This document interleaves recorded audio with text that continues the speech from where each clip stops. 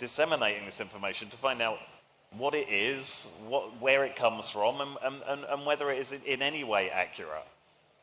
I mean, I would say that, it's not my business to criticize anyone, but I think we at the Associated Press and any thinking human on this planet thinks that every human on this planet should care about facts. And certainly every company on this planet should care about facts. And if we don't care about facts, we're not going to be very happy with the world that we end up with. And so the solutions might be different, and the approach of each sort of sector of our universe might be different. But I don't think it's possible to just say that no one has responsibility for facts. That's a kind of a weird thing. I think back to, I know a lot of journalists who worked during the Balkans Wars, and there was enormous incitement on both sides, on all the various myriad sides of those wars, every day, right? But that incitement tended to travel pretty slowly. It traveled through word of mouth and through newspapers and through broadcasts and things like that. Now that same sort of very dangerous incitement can happen, that fast on social media. And we can like that or we can not like that, but that's the truth of our world, and you cannot really turn your head away from it. You have to grapple with it. And I think that's really, grapple with it in different ways, but you can't pretend it's not there, I don't think. Mm-hmm. And you mentioned Facebook, and of course they're dealing with the fallout from Russian interference in the U.S. election, having been used as a vehicle to disseminate fake news. They say they're setting up an independent body now to monitor it. But is this something that you can legislate without threatening free speech? Is there a way to crack down on actual fake news without doing so?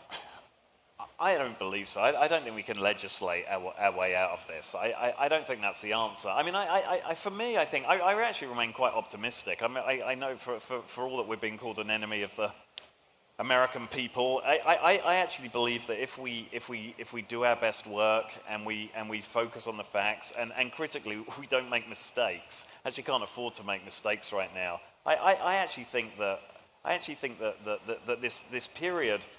It's an interesting thing, World News Tonight, the most traditional of all the traditional forms. More people are watching World News Tonight this year than have for the last 13 years. The interest in what we do, I think, is actually going to set up traditional media and the trusted names, I think, for actually quite a successful future going forward from here. I would say, I think there's a danger of overreaction here. There is no question that inaccurate information is a very dangerous thing in our world. But I also think that there are a lot of people who are seeking out credible sources of information, and there's a lot of interest in global news right now that's very apparent. So I think overreaction is a little bit of a potential problem too. Clearly there are countries that have tried to legislate against certain types of speech, but almost always when you try to do that, there are some fairly significant unintended consequences, let's put it that way. And I think that people need to be aware of that.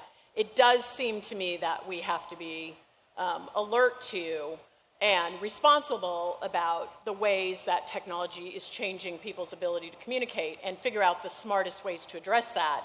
That doesn't mean advocacy, and it doesn't mean siding with one side or the other, but asserting that facts matter in our world seems to me like the kind of thing that people should be comfortable doing. So, we're already getting toward the end of our discussion, so I think what I'd want for each of you to be able to do is if you could leave the audience with one takeaway, in terms of their role in preserving credible journalism and pushing back against fake news. What part do you want them to play when they walk out this door? Well, what I would say to everyone in this room is actually we can't do this on our own. There's a responsibility on every single one of us to as Sally says, to treat the facts with respect, to not accept that we're in a post-truth world here, but to actually just kind of restore what I think is used to be actually kind of a basically agreed set of principles around which we all agreed on a common set of facts. I don't think fundamentally that's gone away. I know in this moment it kind of feels very, very hot around this whole area. But I think we can actually restore that, and I would encourage every person in this room to do what you can do to make sure that when you see things that you know inaccurate, that you should shout loudly every single time.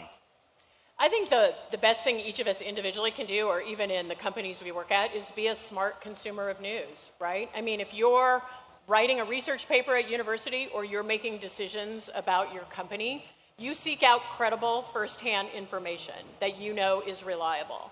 And as a consumer of news, you should do the same thing. You should seek out news organizations that actually have people on the ground, have eyewitness reporting, that tell you where they got their information from, that are transparent, and that are, not slanted, that try to tell all sides of a story.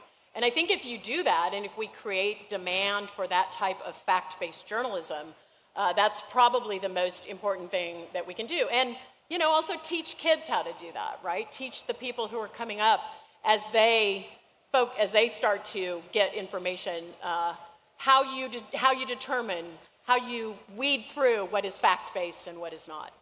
Thank you so much, Sally Buzbee and James Goldston. I really appreciate both of you being here, and thank you, everyone, for joining us this afternoon. Thanks very much. Thank you.